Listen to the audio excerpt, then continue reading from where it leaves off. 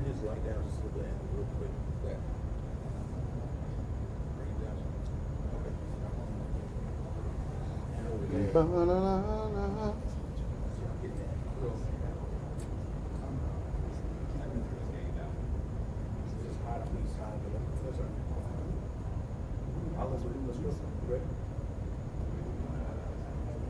Waiting on YouTube.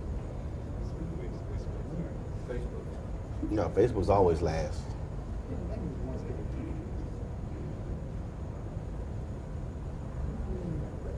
Look at your camera real quick.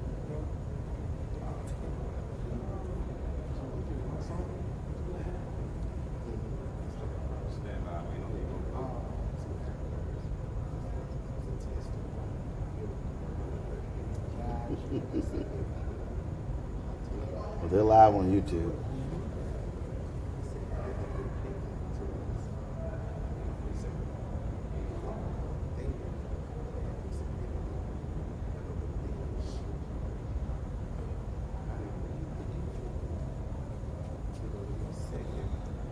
Almost there.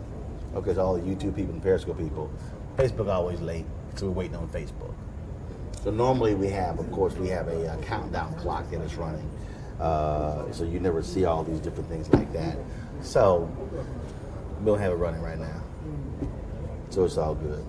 Just got Anthony's walking in front of the camera, you know, all that good stuff. So again, we're just waiting on the Facebook people to come online, and then we are good to go, and then we can start our interview. Yes, with Miss Bougie. We're ready? All right, cool. So we're live on Facebook? All right, cool. Hey folks, welcome back to Be Woke Vote, presents Roland Martin Unfiltered, live from Jackson, Mississippi. We are here, of course, covering the Mississippi United States Senate race, the runoff election between Mike Espy and incumbent Republican Cindy Hyde-Smith. And so in a bit, there's going to be a prayer rally here. Ministers from all over Mississippi will be here in this ballroom downtown Jackson for this rally for Mike Espy. Big debate tonight taking place in the city between the two candidates.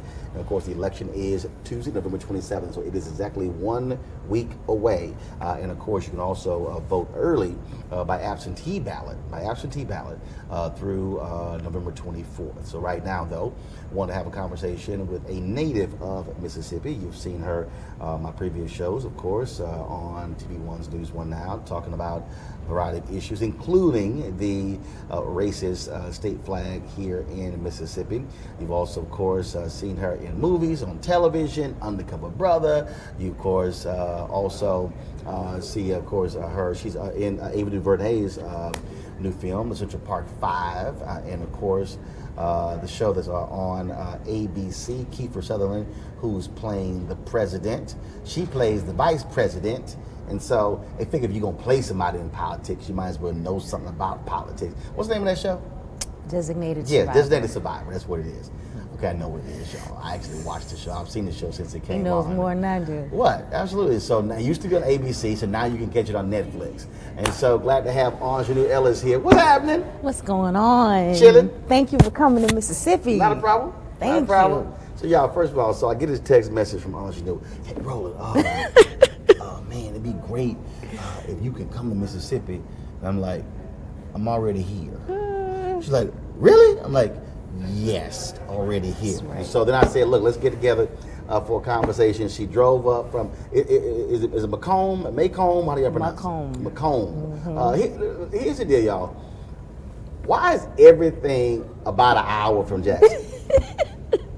I'm serious. So yesterday we were talking, and somebody said, so Henry goes, he said, where's Mississippi Valley State? Alice goes, about an hour. Mm-hmm. And then we were like, okay, where's it? Man, it's about an hour. And I was like, okay, is everything about an hour from Jackson? Pretty much. That's why it's called Central Mississippi, because it's central. Right, just about an hour. Yeah. You know, about an hour 5. 5. Yeah. Hour 10. Hour 30. About it. Yes, Yeah. everything. Hour 45. So let me also help y'all out. So we were supposed to go to Macomb, do the interview. Then I said, look, this is what I said to her. Hey, there's going to be a prayer rally at 11 a.m. here in Jackson. Why don't you just come and do the interview here? Oh, that's great. I'll see you there about 9. Okay, so y'all, we got in here about 7, set all up. All right, so we sitting here. I'm interviewing the mayor of Jackson, and all she knew was like, man, they're gonna have to hurry up because they gonna kick him out of here. He gonna have to hurry up and do these interviews. Now, first of all, y'all, as y'all see, they're setting this joint up for a luncheon. So then all of a sudden, the sign, you see the sign back there? The sign goes up. All she knew goes, they have something here for Mike. I said, oh, you knew. That was the whole point. She's like, man, I thought they were going to kick you out of here. I was worried. Yeah. I was worried. The rally is here for Mike Espy. I see. You see now? I see now. I'm with you now. I'm with you now. I'm used to being in the streets. Y'all don't understand. In the streets. Y'all don't understand. This how it's rallies in the She looked around, streets. she went, they have something here for Mike. I ain't know. I didn't know. Didn't know? Didn't know. So glad to have you here. So let's talk a little politics. First and foremost, your thoughts on this Senate race. You've got Miss Public Hanging, Miss Joke about voter suppression. Now Walmart donated some money to her campaign. So they announced today that they want their money back as a result of her public hanging comment. And so that news just dropped about 30 minutes ago. Oh, that's good.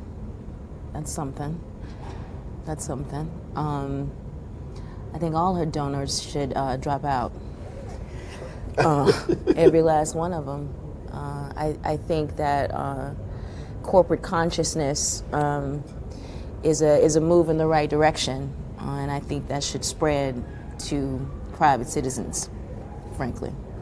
When you look at this race, when you look at, we're talking to the mayor, Chokwe Lumumba, and he said that Cindy Hotspur, she's running these commercials showing her, picking hay, like I understand you're a farmer. He said, but ain't no policy in there.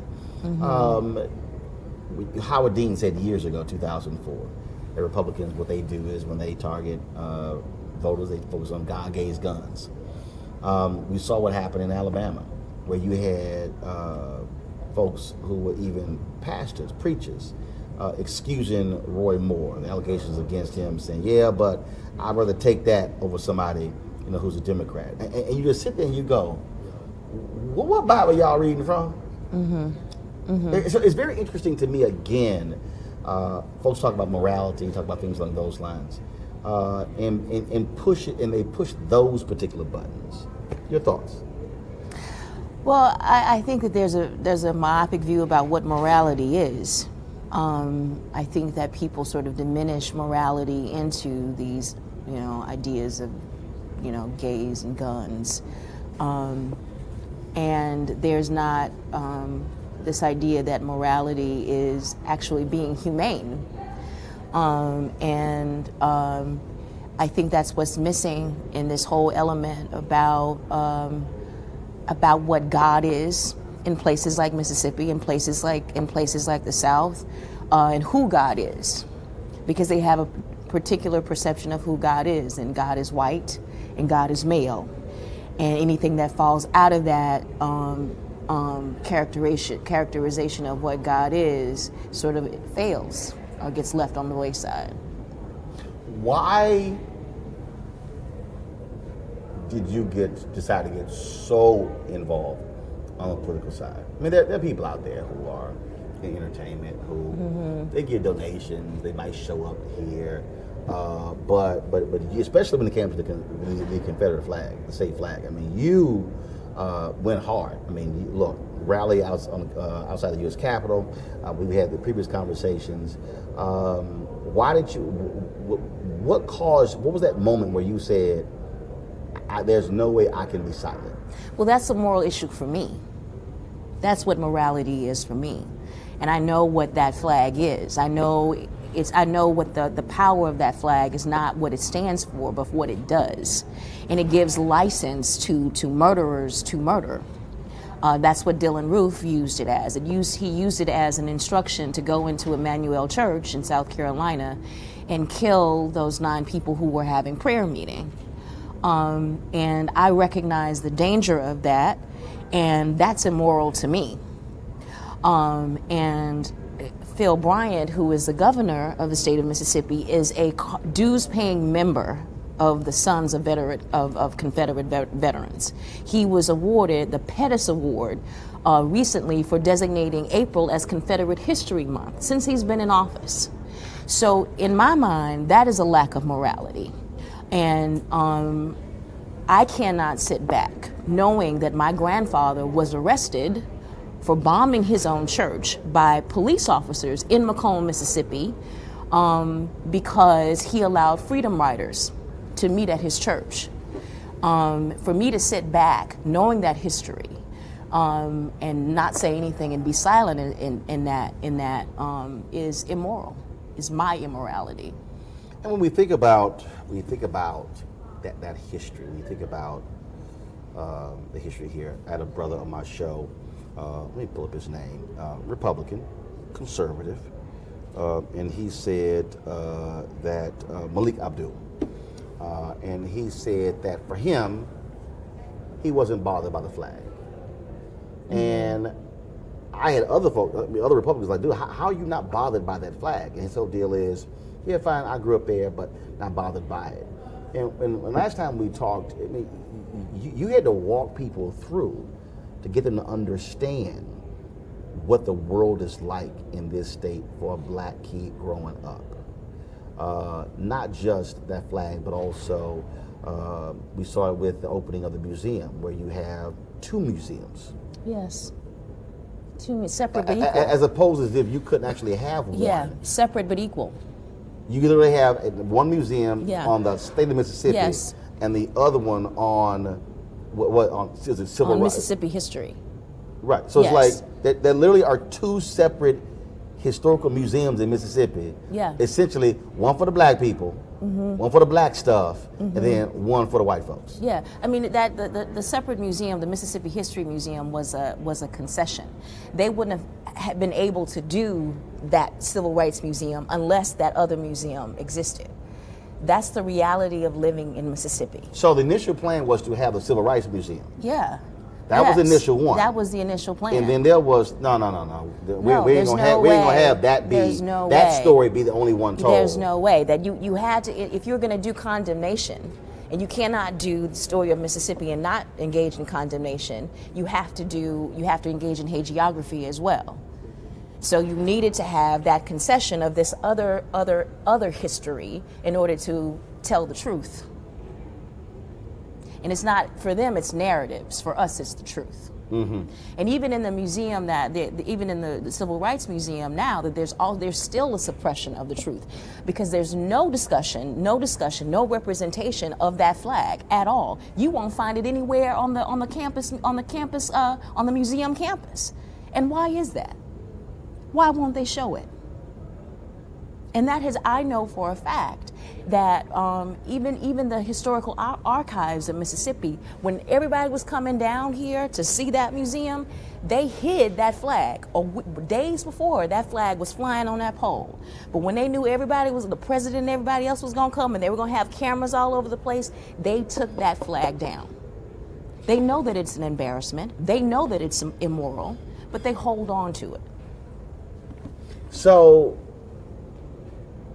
with that, and you have this campaign going on, and you have a black man, Mike Espy, former agricultural secretary, former member of Congress, running against Cindy Hyde-Smith, former Democrat, switched to Republican. When you hear black folks say, I don't care, he has no shot, it can't happen, it's a waste of time, how do you respond to that? Because I've actually heard that. Folks have actually said to me, they're like, he has no shot. It's a waste. He can't win. So in the face of that, you resort to acceptance? That's what you do. I mean, that's your strategy, is acceptance. I mean, what if Fannie Lou Hamer accepted her life as a sharecropper in Mississippi? The Democratic Party would not be what it is today if she did that. If we chose the route of acceptance, where would we be? I mean, I hear this all the time because I get very frustrated in the battles that I choose to fight, because I feel like it's just me and a couple other people that's doing it. And folks tell me all the time, you know, Ingenue, a lot of times in these movements, it was just a couple of people. Yes. Who were willing to show up with 2 or 3 touch and agree. You know, that's what essentially made a movement, because there was just a couple folks ready. Now, folks came out for the cameras, came out to be in the street because it was sexy. But the folks that were like really doing the work, it wasn't a whole lot of people doing that. Well, the Bible does say the harvest is plentiful, but the laborers are few. The laborers are few. The laborers are few. So I mean, and also I get that. I have a lot of empathy for that, because if you grow up here, and Mississippi is a culture of low expectations, not just for black folks, for everybody. It's a culture of low expectations.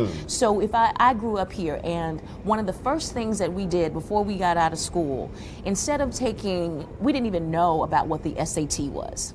We didn't know what the ACT was. I had the vocational counselor happened to be a black man, and we were down there talking to him one day about what, I have no idea. And he said to me and Veronica Stanberry, he said, "Have you guys taken the ACT yet? Have you guys taken the SAT?" And we were in the 11th grade, and we said, "What's that? What is that?" But I tell you what we had taken. We had taken the ASVAB, and the ASVAB is the admission test for the military. So we were good enough to put our lives on the line, but not good enough to go to college, right? So a man intervened in that to show us that we had another path.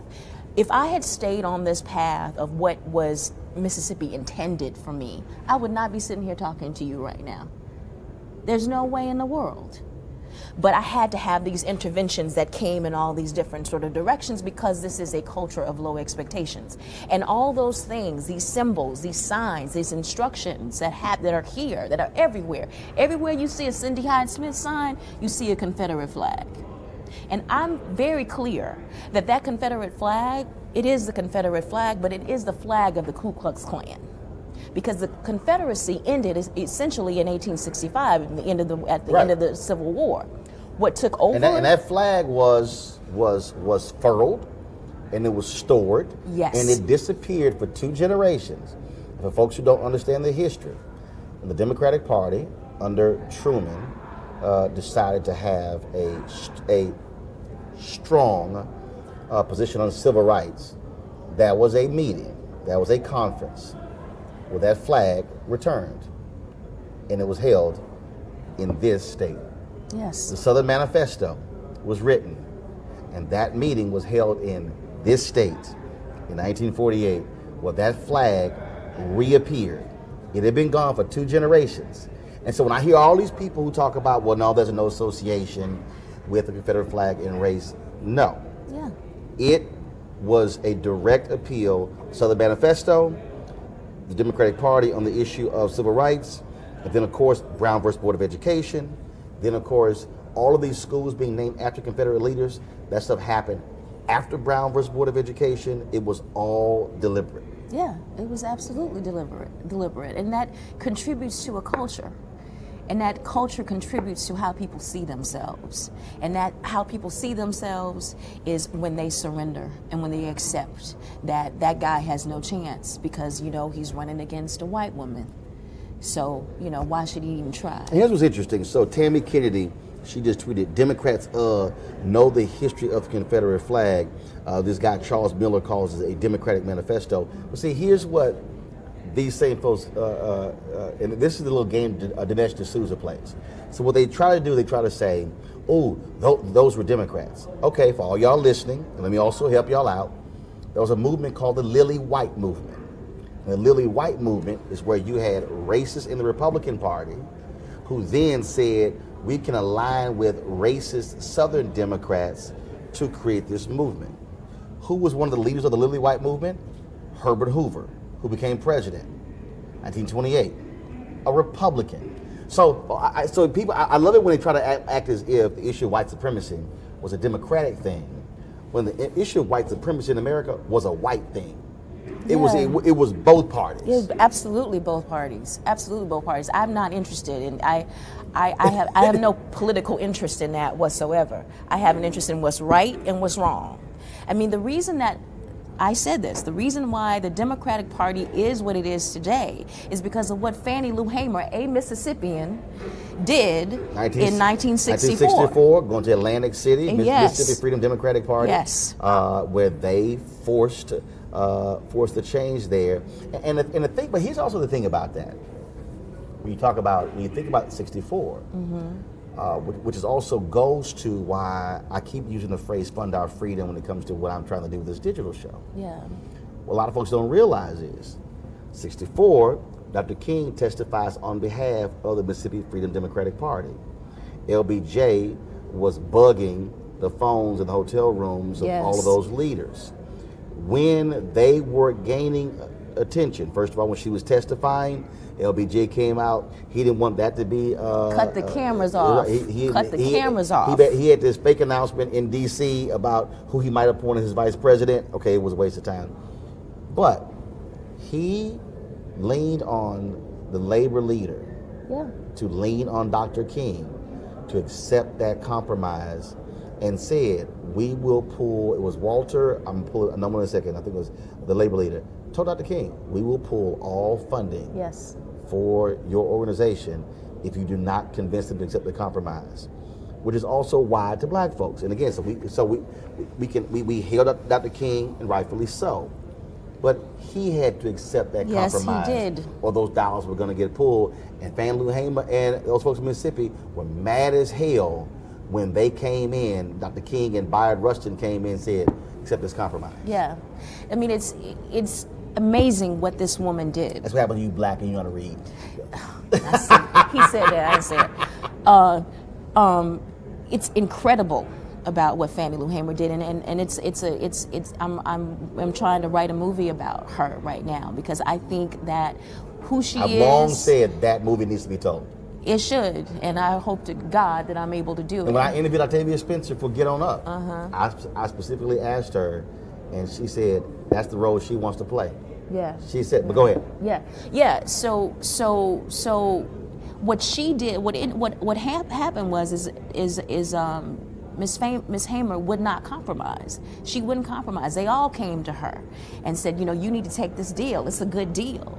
And she said, no, I'm not taking this deal. I'm not going to take it. And what ended up happening was Adam Clayton Powell came to her and said to her, this is politics, baby. This is politics. You have to make these compromises. And she said to him, how many times have you been beaten? How many bales of cotton have you picked? And see, what she was able to do, she was able to put her life as a testimony of why that deal was unacceptable. They had a delegation that was all white men. That were the Dixiecrats. Right. They were absolutely illegitimate. Absolutely illegitimate. And the other southern states Democrats. Said, they were Democrats. Other southern states said, the other southern Democrats, they said, we will pull our delegations if you seat one black person. Yes. And there was a battle because you had those liberal Democrats like Humphrey in Minnesota who were fighting as well, and they had things going back and forth. But Southern Democrats held the power of those committees, and that was the issue there. Yeah. That people don't quite understand. And the thing is, that still resonates with us today, because when we talk about monuments, when you go to D.C. and when you go to the Russell Building, that is named after Richard Russell, the white supremacist senator from Georgia. I mean, one of the buildings where current U.S. senators sit.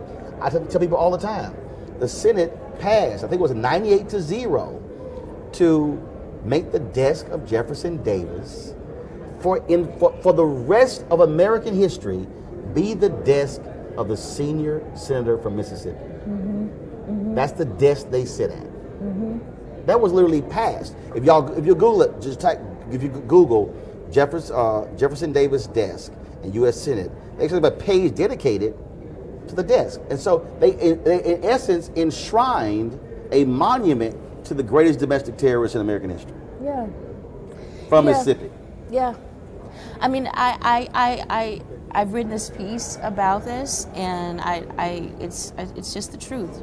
Mississippi, the United States of America is complicit in every crime that has happened, that has been instructed and accommodated by that flag. Everyone, Dylan, it has the blood of Dylan. All that blood that happened in Emmanuel is on the hands of this country, because it sat back and it still sits back and says nothing.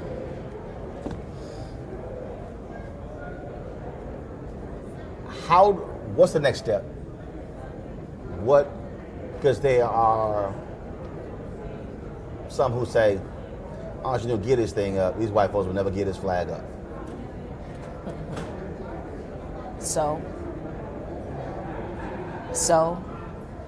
I mean, I'm not the first one to fight this. I'm not the only one that's fighting it. It's been fought ever since they, put the flag up. And I don't care. That's not a reason enough for me to shut up. Because white folks ain't gonna change, is not gonna stop me from speaking the truth. And I hope it don't stop you or anybody else that's black it's not gonna happen. from speaking the truth. I mean, so in the face of that, you shut up. No, in the face of that, you speak louder. What impact do you think that this Senate race, will have on this generation of black kids in Mississippi? Well, I think I love the fact that Cindy Hyde-Smith said what she said. I love it because it gave her the opportunity. It gave us an opportunity for us to see that this idea of lynching ain't a dead one. Because she said I would attend a public hanging. She didn't say I would have attended a public hanging. She said I would attend a public hanging. So which tells us that in her mind, public hangings are a very real and present thing.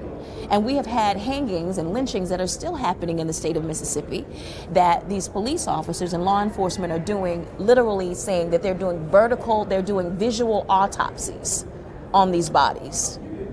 What is a visual autopsy? And that's how they're determining that these hangings and these lynchings are suicides. So her saying what she said brings all of that into the national forefront. Then she gets on stage with Phil Bryant, who gets up there and accuses black women of genocide because we exercise our right to choose. So all this is doing is exposing these folks for who they are. And what I'm praying and what I'm hoping is that there will be a whole generation, young generation now, with kids who are going to these schools and elementary schools that have this flag, and parents of them that are saying, I don't want to be associated with this. This has to change. When we also look at the issues affecting this state, earlier you said a culture of low expectations. When I talk to people, they go, yeah, it's Mississippi. It's Mississippi. What do you want to see this state look like?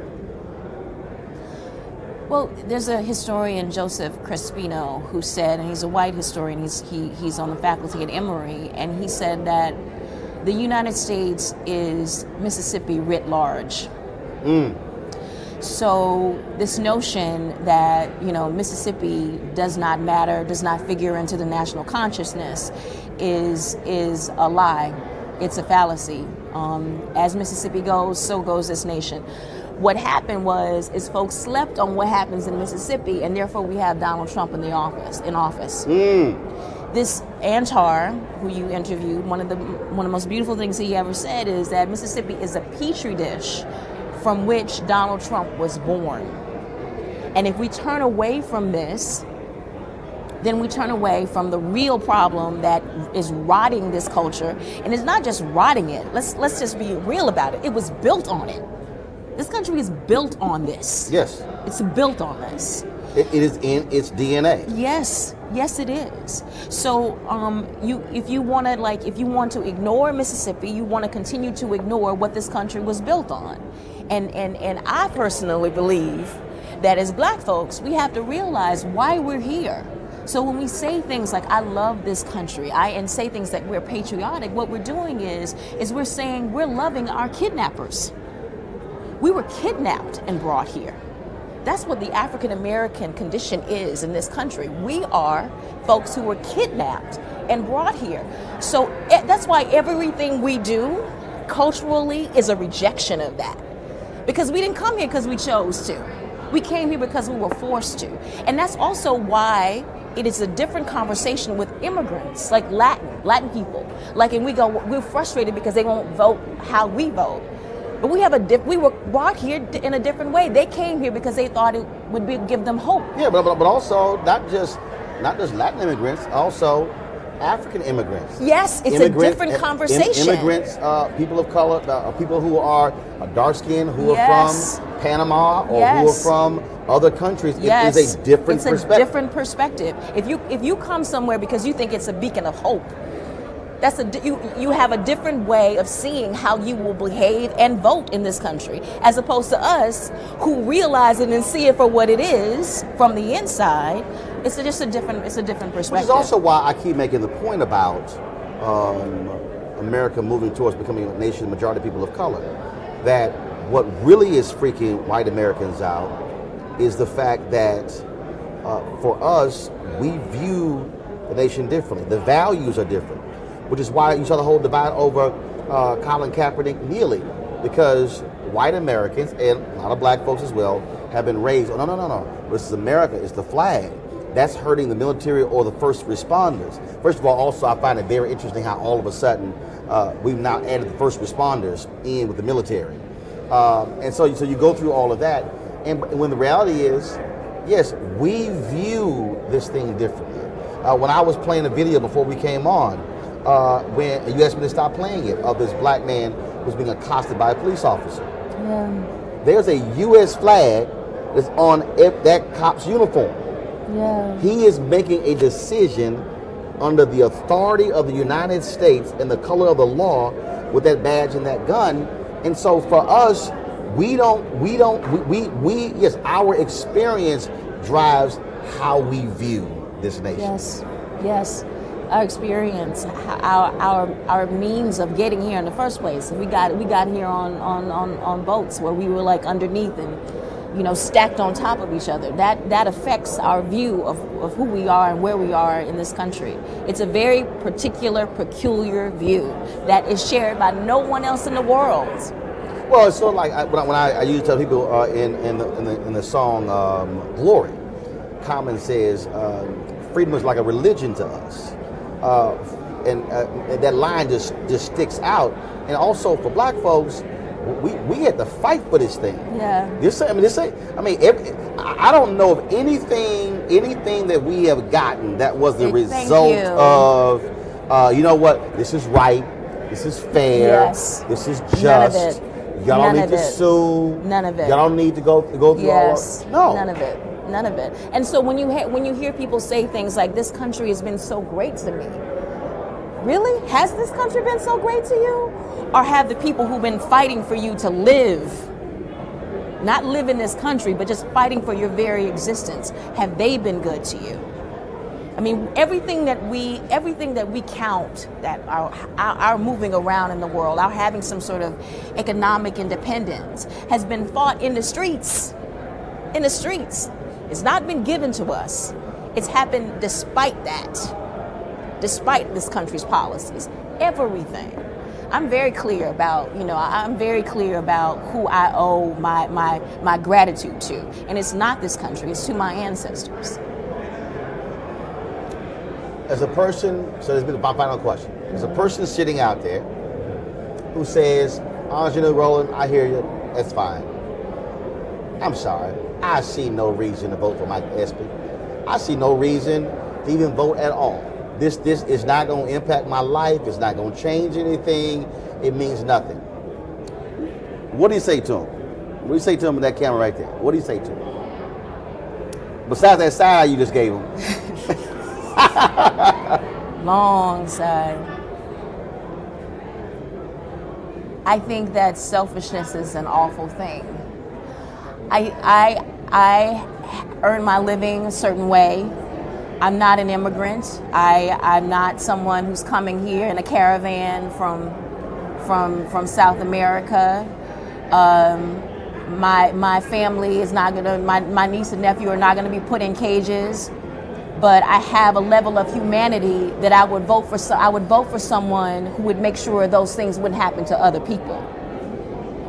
And that's what is required of us as human beings right now on this planet, is selflessness. So vote selflessly and vote period, because you're not selfish. All right, Anjou Ellis, always good to see you. Always good to see you too, even though you be clowning me. Yes, yes, and they're not gonna kick us out. I was worried for you. Like, y'all need to hurry up. They about to do something, bringing out the tea up in here. Yeah, I mean, that's what I do. That's what I do. I'm glad you stopped by. We appreciate it. Thank you. All the folks at Be Woke Vote appreciate it as well. I want to thank all of you for watching. Don't forget, we want you to share this video with all of your friends. Great conversation, great history, great knowledge as well. And don't forget, November 27th is when you will see the runoff election between Mike Espy and Senator Cindy Hyde-Smith. It's a huge debate taking place tonight. We're going to be trying to share that live stream on our platforms as well, so you can see it. And don't forget, anybody you know in Mississippi, friends, folks you went to college with, family, sorority sisters, fraternity brothers, does not matter. Pick up the phone, call them, text them, tweet them, hit them on Facebook, hit them on Snapchat, and hell, they got MySpace, hit them there as well, and let them know that they must vote because it matters. As I said yesterday, and this really is important, folks. And it's actually hard for me when I visit these places. It was to be at the home of Medgar Evers and to literally stand in that driveway where he was gunned down June 12, 1953. And I make this point, and I said he gave his life. And somebody said, no, Roland, he didn't give his life. He was assassinated. No, that's not true. Medgar Evers knew exactly what he was doing. Medgar Evers knew that he had a bullseye on his back fighting for civil rights when he came back to Jackson, Mississippi after fighting for America. He was an Army veteran. No, he gave his life. There are people who gave their lives to the movement. There are wives who gave their husbands to the movement because they were on the road, they were gone. There were children who gave their lives to the movement. Do y'all understand that Van Evers, the son of Medgar Evers, had no recollections of his dad? He was born in 1960. Dad was killed in 63. The first time, he came face to face with his dad when the autopsy was done, when Medgar Evers' body was exhumed. And it was the forensic pathologist, his name is escaping me right now, who actually invited Van to the autopsy. And talk about amazing. The body was so well preserved, it looked nearly the same as it did the day he was actually buried. No, that family gave up their father, their husband, for this movement.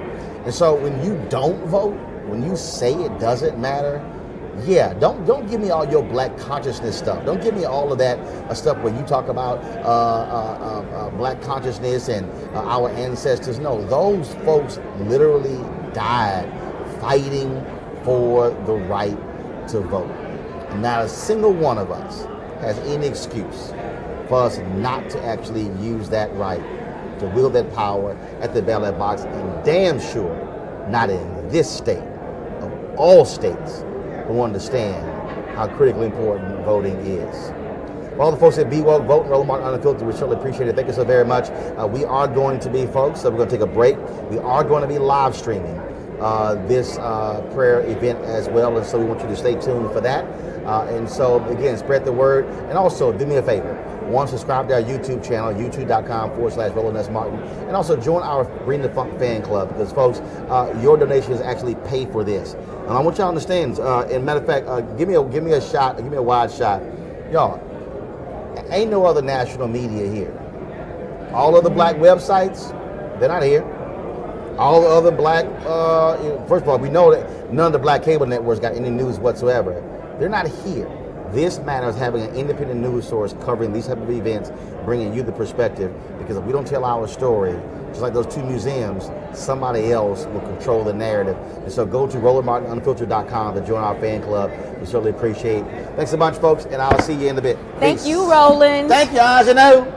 With the right For colors, real. black and gold. See, I knew. You got I the was right, like, got the right see, colors. I was hoping you got the wouldn't. right colors. I was hoping you You got the right colors. It's an alpha thing. Who's your daddy? Alpha. Are you kidding me? You a Delta. Anyway. Who's your daddy? Matter of fact, I got some brothers here. Hold on, don't cut yet. Come on. All right, so of course, we got our voting initiative. And so, we got the, of course, got the sign here. Your vote counts. So we got to do that to all the brothers of Alpha Phi Alpha. So we certainly appreciate that as well. And so, again, Panhandle members, they're out there driving folks to the polls. Let's make this thing happen. And again, it was an alpha, Robert Smith, who made this possible for us to be here with Be Woke Vote. So we appreciate that. Come on, Angelo, it's an alpha thing. Don't hate, Listen, Angelo. hey, we on the same side. I don't care. It's all good. right. It's all good. All right, then. All right, folks, we got to go. We're going to get ready for the prayer rally. We'll see y'all in a bit. Right. Go. Pleasure. Oh, really?